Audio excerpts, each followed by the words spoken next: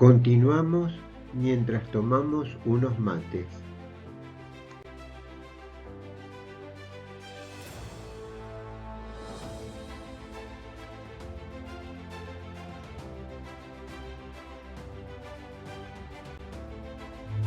Vamos a ver ahora la divina proporción a partir del decágono inscripto en una circunferencia.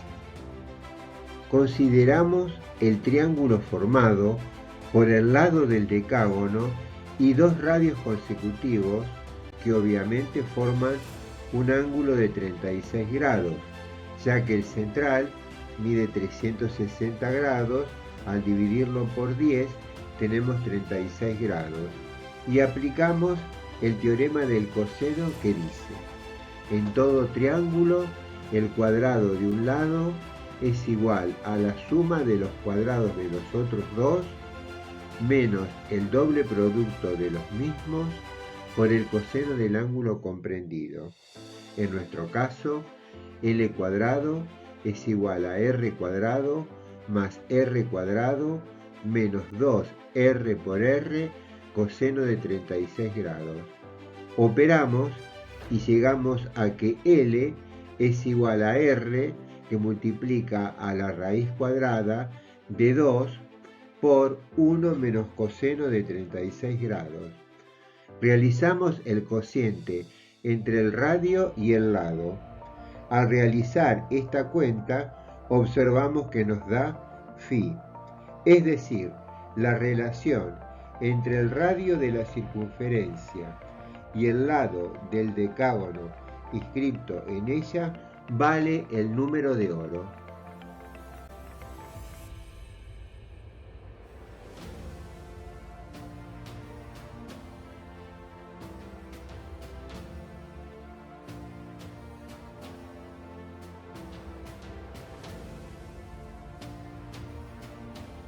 Repasemos. Recordemos que los números irracionales aparecen en nuestro mundo latino 500 años antes de Cristo con los pitagóricos, y es Hipaso de Metaponto el que descubre el primer irracional, que es el número de oro.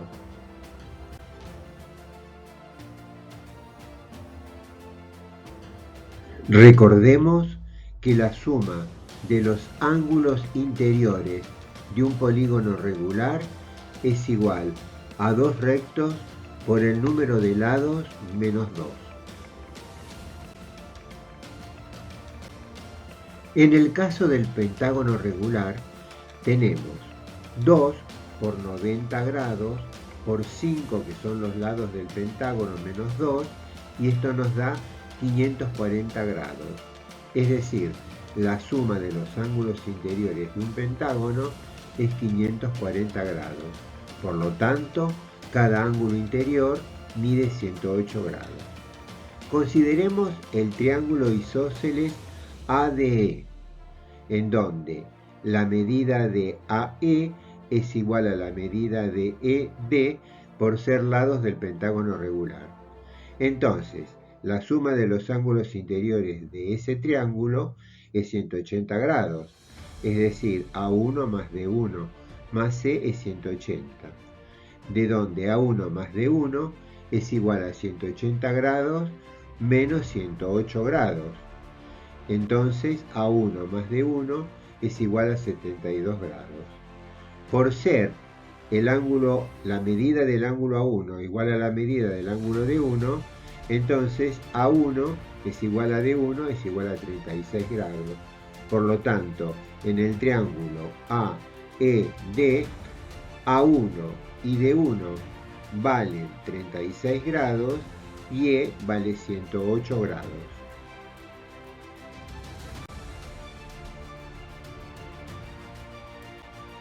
Consideremos el triángulo B2CD2 y aplicamos el teorema del seno.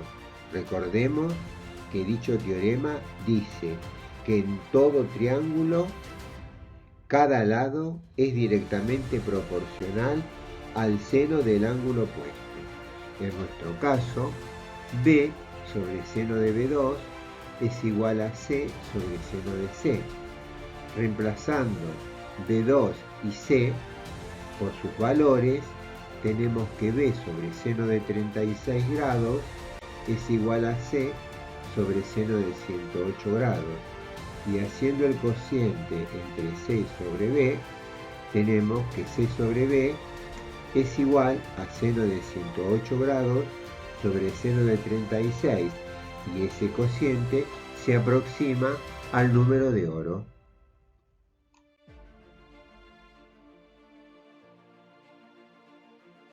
En nuestro caso, C es la diagonal del pentágono regular y B el lado del pentágono regular.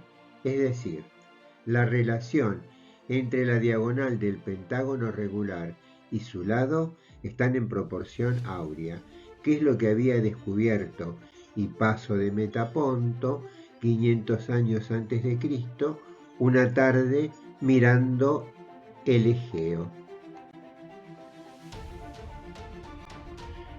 El triángulo ABD se lo denomina triángulo áureo o triángulo dorado.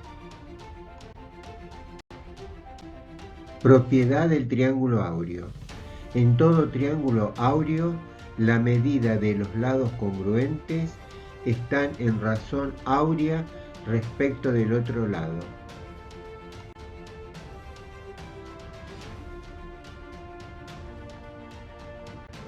El uso de la estrella pentagonal, también llamada pentagrama, pentáculo, pentalfa, pentángulo o estrella pitagórica, es muy antiguo. Pueblos como los sumerios, babilonios, egipcios y griegos conocían esta figura geométrica. El pentagrama ha sido asociado desde tiempos pasados con el misterio y la magia. De los griegos en adelante, su uso se extendió, adquiriendo distintos significados.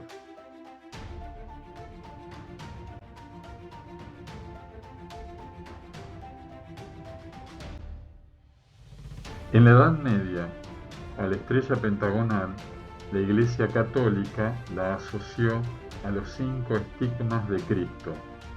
En el corte transversal de la Iglesia Catedral de Santa María de Toledo, construida entre los siglos XIII y XV, la estrella pentagonal define el ancho y la altura de las naves.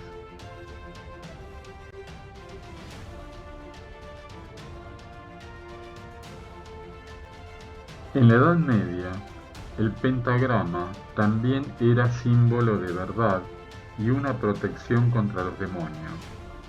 En la figura vemos un rosetón en la iglesia de San Juan, en la localidad de Castrojeriz, provincia de Burgos, España, que data del siglo XIII, donde la estrella de 5 puntas se encuentra invertida. Pentalfa es motivo decorativo relativamente frecuente en el arte románico y gótico.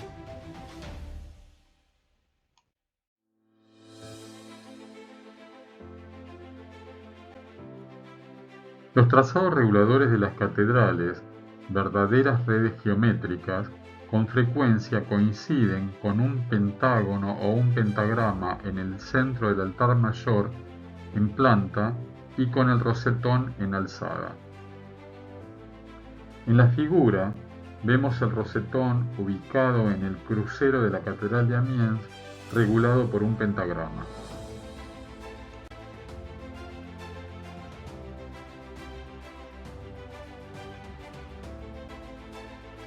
Aquí vemos las plantas de 2 catedrales del siglo XIII, la de Burgos y la de León, donde el pentágono regular es la figura que da origen a las cabeceras de ambos templos.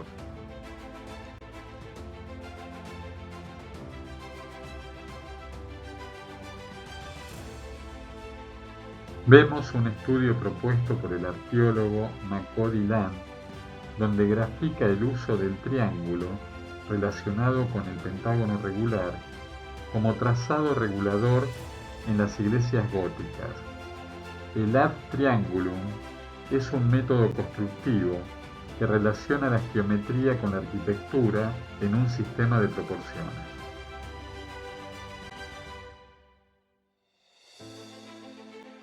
Ahora, para distendernos, hacemos un truco de magia.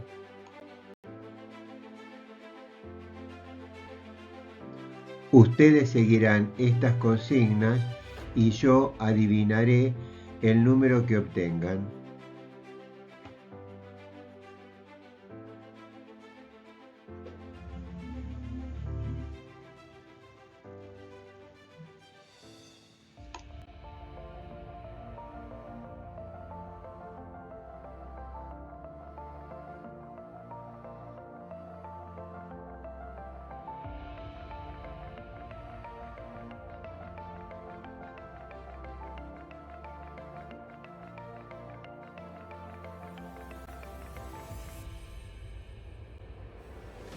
El número que obtuvieron al dividir el último número por el penúltimo es Fi.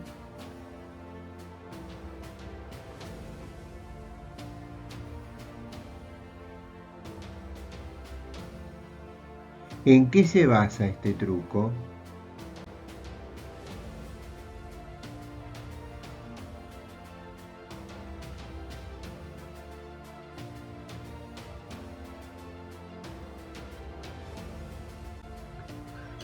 Sucesión de Fibonacci.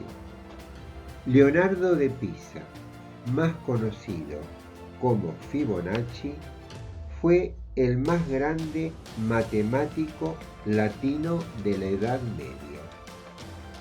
Nació en Pisa. Su padre era comerciante, se separa de la madre y viaja a Bustia como gerente de una empresa. En el año 1192, cuando Fibonacci tenía 12 años, lo manda a buscar para que lo ayude en el trabajo. Así es que se enamora de la matemática. Su padre le pone un maestro árabe recorriendo Siria, Egipto, Grecia y Sicilia. En el año 1202 escribió una obra que lo hizo célebre, que es el libro del Ábaco o Liber Abaci. El libro está dividido en 15 capítulos. El capítulo 1 trata sobre la numeración posicional. Los capítulos 2, 3, 4 y 5 tratan sobre aplicaciones elementales con números enteros. Los capítulos 6 y 7 se refieren a las fracciones. Los capítulos 8, 9, 10 y 11 tratan sobre operaciones comerciales. Los últimos capítulos tratan sobre cálculos de potencias, raíces y resolución de ecuación de segundo grado. Y aquí presenta un problema famoso que es el llamado problema de los conejos, que es el siguiente. Un par de conejos adultos, macho y hembra, empiezan a procrear a los 2 meses de su nacimiento, engendrando siempre un único par macho y hembra a partir de ese momento. Cada uno de los meses siguientes un par más, de iguales características. Admitiendo que no muriese ninguno de los conejos, ¿cuántos contendría el cercado al cabo de un año?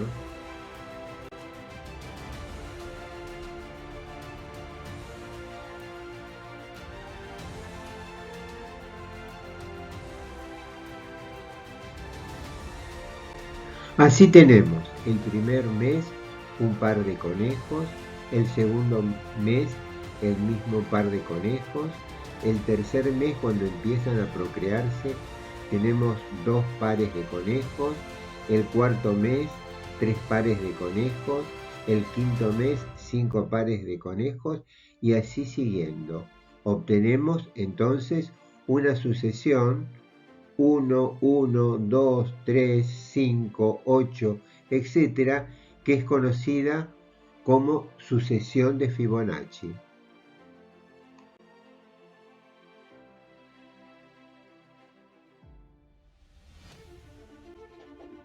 Es fácil ver que cada término distinto del primero es igual a la suma de los dos anteriores, pero existe entre ellos otra relación curiosa. El cociente entre cada término y el anterior se va acercando cada vez más al número áureo. Así, por ejemplo, 55 dividido 34 es igual a 1,6176 y así siguiendo.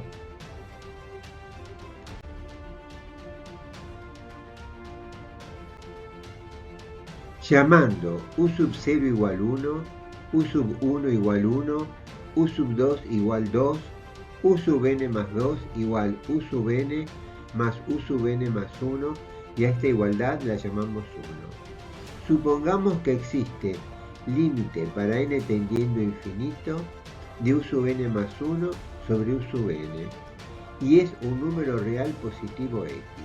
Es decir, límite para n tendiendo a infinito de u sub n más 1 sobre u sub n es igual a x, que es un número real positivo. Dividiendo ambos miembros de 1 por u sub n más 1, tenemos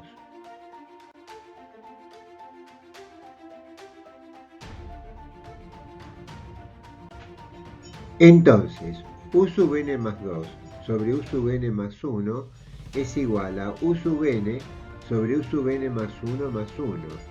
Es decir, u sub n más 2 sobre u sub n más 1 es igual a 1 sobre u sub n más 1 sobre u sub n más 1. Tomando límite en ambos miembros de esta ecuación y recordando que el límite de una suma es igual a la suma de los límites, tenemos que límite para n extendiendo infinito de u sub n más 2 sobre u sub n más 1 es igual a 1 sobre límite para n tendiendo infinito de u sub n más 1 sobre u sub n más el límite para n tendiendo infinito de 1, que es 1. Como sabíamos que límite para n tendiendo infinito de u sub n más 1 sobre u sub n era x, también será x límite para n tendiendo infinito de u sub n más 2 sobre u sub n más 1. Por lo tanto, reemplazando, tenemos que x es igual a 1 sobre x más 1, y operando llegamos a la ecuación cuadrática x cuadrado menos x menos 1 igual 0, que ya sabemos que su solución positiva es el número de oro, es decir, phi. Por lo tanto, hemos demostrado que si u sub n más 2 es igual a u sub n más u sub n más 1, entonces límite para n tendiendo infinito de u sub n más 1 sobre u sub n es igual al número de oro.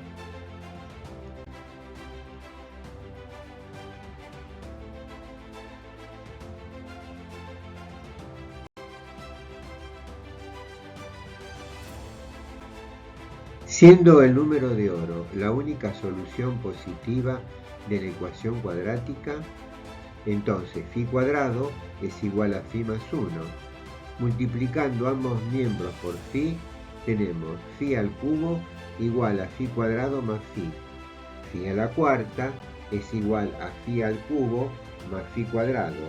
Es decir, generalizando, phi a la n es igual a phi a la n menos 1 más phi a la n menos 2. La sucesión de Fibonacci siempre comienza con el menor par posible de números naturales.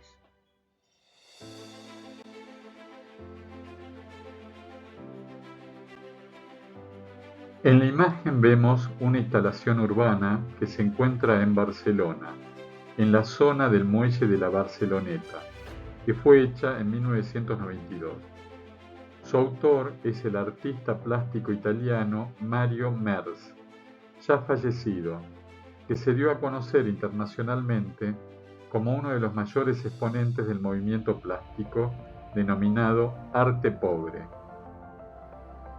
Esta instalación, que se extiende por casi 2 cuadras, está realizada con materiales muy modernos y nobles: acero inoxidable, vidrio templado y luz de neón.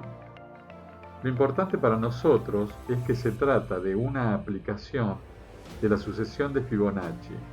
A medida que se avanza, los números van creciendo, es decir, se cumple el nombre de la obra creciendo al andar. Obviamente que la mayoría de los peatones no se dan cuenta que se trata de la sucesión de Fibonacci. Merz tiene otras obras donde aplica la sucesión de Fibonacci en chimeneas de fábrica o cubiertas de construcciones, como por ejemplo El vuelo del número del año 2000, donde colocó números de neón en un techo a mansarda. Para los que quieran saber más sobre esto, pueden leer un artículo muy interesante de Giovanni Maria Accame titulado Merz y Fibonacci, proliferación vital de la matemática y el arte contemporáneo.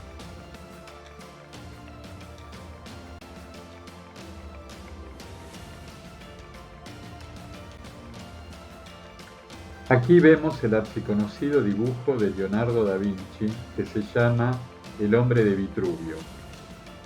Leonardo da Vinci, multifacético representante del Renacimiento, realizó alrededor de 1490 este dibujo a pluma y tinta, también llamado Estudio de las proporciones ideales del cuerpo humano. Antes de comentarles algo de esta obra, que se encuentra expuesta en la Galería de la Academia de Venecia, les contaré quién fue Vitruvio. Marco Vitruvio Polión fue un arquitecto, escritor, ingeniero y tratadista del siglo I a.C., nacido en la República Romana. Vitruvio es el autor del tratado más antiguo que se conserva y el único de la antigüedad clásica, llamado De Arquitectura, probablemente escrito entre los años 27 a 23 a.C., que se conoce hoy como los 10 libros de arquitectura. Vitruvio estudia la proporción en los órdenes clásicos griegos, dórico, jónico y corintio, y culmina con el estudio de las proporciones en la mayor obra de arte, el cuerpo humano, dando origen a un canon del cuerpo humano, el hombre de Vitruvio. En el siglo XV, Leonardo da Vinci interpreta ese canon en su famoso dibujo, donde aparece el cuerpo humano en el círculo y el cuadrado, dos patrones geométricos del orden cósmico. Entre otras proporciones establece que 4 dedos hacen una palma, 4 palmas hacen un pie, 6 palmas hacen un codo, 26 palmas hacen un hombre, etcétera, etcétera, etcétera. Hoy me interesa contarles la presencia de la proporción áurea en la altura del cuerpo humano. Se toma la altura del cuerpo como un segmento al que se lo divide en extrema y media razón, por lo cual tenemos 3 medidas, la correspondiente al total, la correspondiente a la parte mayor y la correspondiente a la parte menor. El punto que divide la parte mayor de la menor es el ombligo. Desde los pies hasta el ombligo es la parte mayor, desde el ombligo hasta la parte superior de la cabeza es la parte menor. Si dividimos ambas partes y nos da como resultado Φ, estaremos ante el hombre de Vitruvio y que inmortalizó Leonardo da Vinci.